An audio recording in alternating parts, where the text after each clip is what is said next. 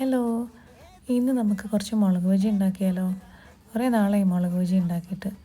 കഴിഞ്ഞ ദിവസം ഷോപ്പിൽ പോയപ്പോൾ മുളക് ഇരിക്കുന്നത് കണ്ടപ്പോഴാണ് ഓർത്തത് കുറേ നാളായാലും ഉണ്ടാക്കിയിട്ടെന്ന്.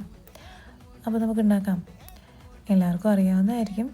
കുറച്ച് കടലമാവും കുറച്ച് വെള്ളവും ഉപ്പും ഇച്ചിരി കായപ്പൊടി ഇച്ചിരി മുളക് പൊടി എല്ലാം കൂടി മിക്സ് ചെയ്ത് ഒരു ബാറ്റർ പോലെ ആക്കിയിട്ട് അതിനകത്തോട്ട് മുളക് എരിഞ്ഞിടുക.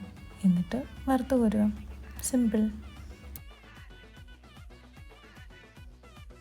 അപ്പം നമ്മുടെ മുളക് ബജി റെഡി. ഇതുവരെ ട്രൈ ചെയ്യാത്തവരൊന്ന് ട്രൈ ചെയ്ത് നോക്കൂ കേട്ടോ. സിമ്പിളല്ലേ?